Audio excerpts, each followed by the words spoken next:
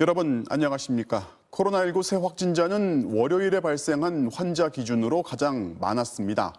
수도권의 확진자가 비수도권의 2배일 정도로 확산세가 심상치 않은데 추석 연휴 대이동이 벌써부터 걱정입니다. 보도에 이준범 기자입니다. 확진자 28명이 발생한 서울 영등포구의 키즈카페. 예약 인원을 줄이고 방역 수칙도 지켰지만 아이들이 체험 활동하는 과정에서 전파가 이뤄져 가족으로까지 퍼졌습니다. 아동들은 요리 등 체험 활동을 함께하며 거리 두기가 어려워 전파된 것으로 보고 조사 중입니다. 코로나19 신규 확진자는 1,597명, 월요일 검사가 반영된 확진자 수로는 역대 최고치를 기록했습니다. 특히 국내 발생 확진자 가운데 66.4%는 수도권에서 발생했습니다. 최근 일주일 수도권 일평균 확진자도 1,172명으로 전주보다 54명 정도 늘면서 국내 코로나 유입 이후 가장 많았습니다. 인구 10만 명당 확진자를 비교하면 서울 5.6명, 경기도는 4명이었지만 비수도권은 1명에서 2명대에 그칩니다. 정부는 비수도권 확산세가 줄어든 탓에 확진자가 폭증하지 않고 있는 것일 뿐이라며 상황이 매우 엄중하다고 경고했습니다. 수도권 주민들께서 다시 한번 심각한 고민을 해주시고 또 큰 규모의 유행이 확산되고 있다는 거 명심해 주시기를 당부드리겠습니다. 정부는 수도권 확산세가 추석 연휴를 통해 전국으로 다시 퍼질 수 있다고 우려하고 있습니다.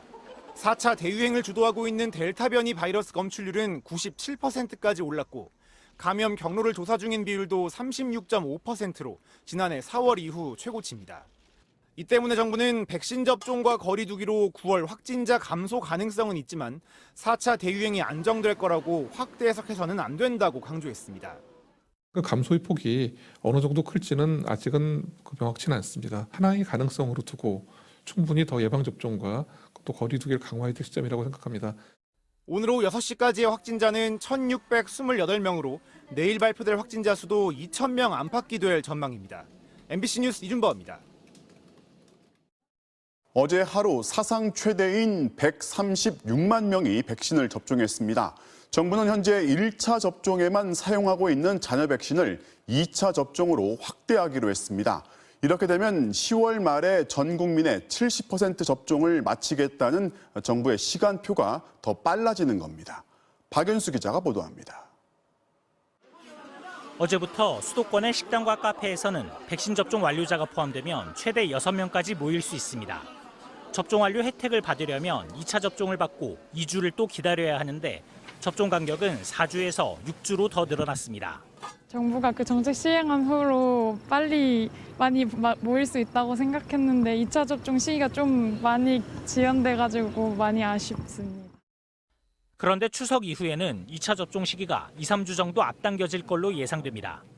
방역당국이 추석 연휴 이후부터 SNS상의 잔여 백신으로 2차 접종도 예약할 수 있도록 추진하고 있는 것으로 확인됐습니다. 2차 접종도 SNS 당일 예약 서비스를 활용해서 잔여 백신을 예약하고 접종이 가능하도록 하는 방안을 검토 중에 있습니다.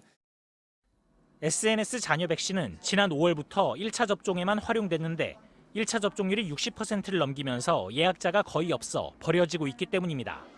특히 SNS 잔여 백신으로 2차 접종을 예약할 경우 접종 간격이 당초 허가받은 대로 화이자는 3주, 모더나는 4주가 적용돼 더 빨리 맞을 수 있게 됩니다. 예컨대 오늘 화이자 백신으로 1차 접종을 받은 경우 현재는 2차 접종일이 6주 뒤인 10월 19일로 되어 있지만 잔여 백신을 활용하면 3주가 지난 9월 28일로 앞당겨 맞을 수 있는 겁니다. 다음 달까지 1,800만 명의 2차 접종이 예정됐는데 이 중 최소 100만 명 이상이 잔여 백신으로 2차 접종을 할 수 있을 걸로 보입니다. 이렇게 되면 10월 말 국민 70% 접종 완료 목표와 함께 4분기 중으로 예정된 추가 접종, 부스터샷 일정도 좀 더 앞당겨질 수 있습니다. 백신 접종에도 속도가 붙어 1차와 2차 접종이 대규모로 진행된 어제는 접종자가 136만여 명으로 역대 최다를 기록했습니다. MBC 뉴스 박윤수입니다.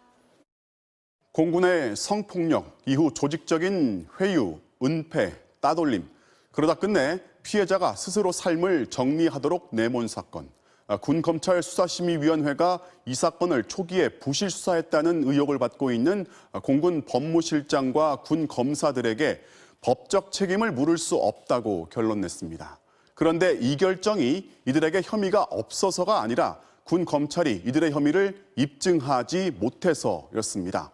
최종 수사 결론이 이렇게 결정나면 군 경찰부터 검사까지 수사 책임자 중에서는 단 한 명도 형사처벌받지 않는 결국 예견된 결론대로 될 거라는 전망이 나옵니다.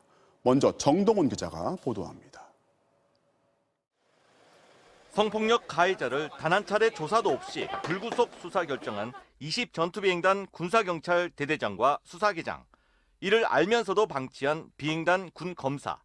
사건을 보고받고도 아무런 조치도 하지 않은 공군본부 법무실장과 고등 검찰부장. 국방부 검찰단은 이들을 직무유기 혐의로 형사 입건해 조사했습니다. 대통령이 직접 엄정 수사를 지시했고 국방부는 수사의 신뢰성을 확보하겠다며 민간 전문가들로 구성된 군검찰 수사심의위원회까지 꾸렸습니다. 수사에 착수한 지 석 달. 하지만 수심위는 이들 전원에 대해 불기소 의견을 냈습니다. 법적 책임을 물을 수 없다는 겁니다. 이대 수심위의 한 위원은 직무유기 과정에 윗선의 압력이 어떻게 작용했는지 밝히는 게 수사의 핵심인데 군 검찰의 수사가 미진해 기소 의견을 내기 어려웠다고 전했습니다. 창군 이래 처음 특임 검사까지 임명해 수사했지만 결국 혐의 입증에 실패한 겁니다.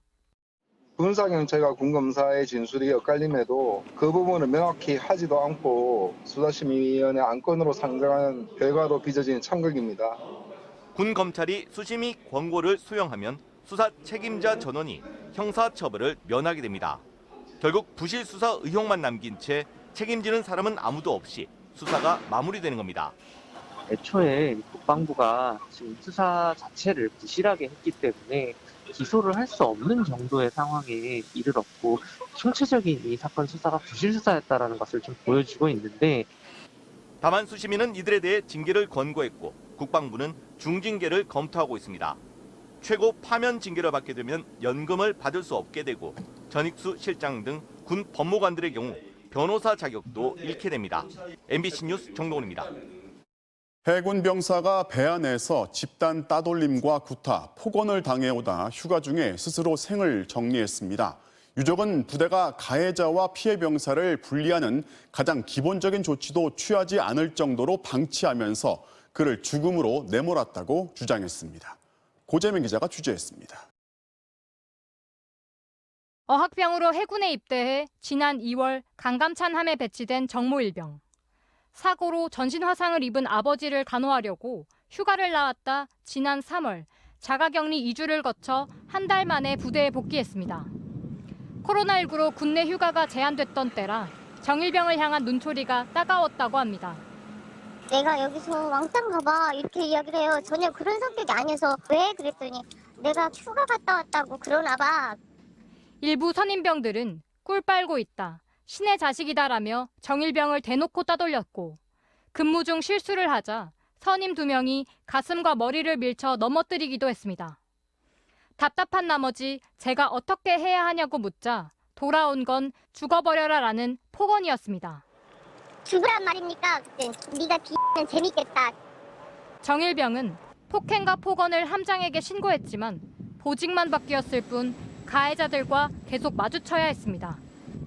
결국 구토와 과호흡 같은 공황장애 증상이 생기고 자해 시도까지 했습니다. 하지만 하선 조치가 이뤄진 건 갑판에서 기절해 쓰러지고 정상적인 생활이 불가능해질 정도로 상태가 악화된 이후였습니다. 정일병은 정신과 치료를 받고 일상을 되찾는가 했지만 지난 6월 18일 끝내 자택에서 스스로 생을 마감했습니다. 유족과 군인권센터 측은 사망 2달 반이 지나도록 수사가 제대로 이뤄지지 않고 있다고 주장했습니다. 주요 수사 대상자들이 인사조치 없이 청해부대 임무 수행을 위해 출항하여 현재까지 돌아오지 않고 있는 관계로 소환 조사도 하지 못하고 있는. 이에 대해 해군은 사망 원인과 유가족이 제기한 병영 부조리 등에 대해 수사 중이라는 원론적인 답변만 내놨습니다. 해군인 게 자랑스럽다며 휴가 중에도 정복을 입고 사진을 남겼던 정일병의 모습은 영정사진이 돼버렸습니다. 그렇게 해군을 좋아했어요. 근데 엄마 내가 생각한 그런 분이 아니야. MBC 뉴스 고재민입니다. 네, 요즘처럼 금리가 오를 때 예금 금리보다 대출 금리가 더 빨리 오르기 마련이죠. 저희가 시중은행들이 예금과 대출 금리의 차이로 벌어들인 돈이 얼마나 되는지 자료를 입수했는데 작년 한 해 동안에만 40조 원에 달했습니다. 김민찬 기자가 취재했습니다. 시중은행들의 주택담보대출 금리가 9월 들어 최고 4.3%를 찍었습니다. 석 달 전보다 0.4%포인트 이상 뛰었습니다. 신용대출 금리도 신용 1등급 기준 5월에 3.6%였는데 이제 4%가 넘었습니다. 은행들의 자금 조달 비용이 그만큼 늘어난 걸까? 아닙니다. 한국은행이 기준금리를 올린 건 2주 전이지만 은행들의 금리 인상은 훨씬 전부터 시작됐습니다. 주택담보대출 금리는 코픽스라는 기준금리에 은행들이 각자 정한 가산금리를 더합니다. 코픽스 금리는 최근 석 달 사이 0.13%포인트 올랐습니다. 그런데도 주택담보대출 금리는 그 3배가 올랐습니다. 은행들이 그만큼 더 이익을 본 겁니다. 가계대출에 대한 청량에 대한 규제가 있고 하기 때문에 고객들은 대출을 찾아다니고 은행들이 팔 수 있는 대출 상품의 양은 제한돼 있다. 그러면 그 가격은 당연히 올라가겠죠. 대출 금리는 뛰고 있지만 예금 금리는 찔끔 올랐습니다. 정기 예금 금리는 작년 7월에 0.8%까지 떨어졌는데 1년이 지난 지금 고작 0.1%포인트 올랐습니다. 은행들이 이렇게 예대 금리 차이로 벌어들인 돈은 천문학적입니다. 2015년 29조 원이었는데 작년에는 40조 원이나 벌었습니다. 5년 만에 11조 원, 40% 가까이 늘어났습니다. 올해는 더 늘어나 7월까지 벌써 25조 원입니다. 국민 4조 원, 농협 3조 3천억 원, 신한, 하나, 기업은행도 3조 원 넘는 이자를 챙겼습니다.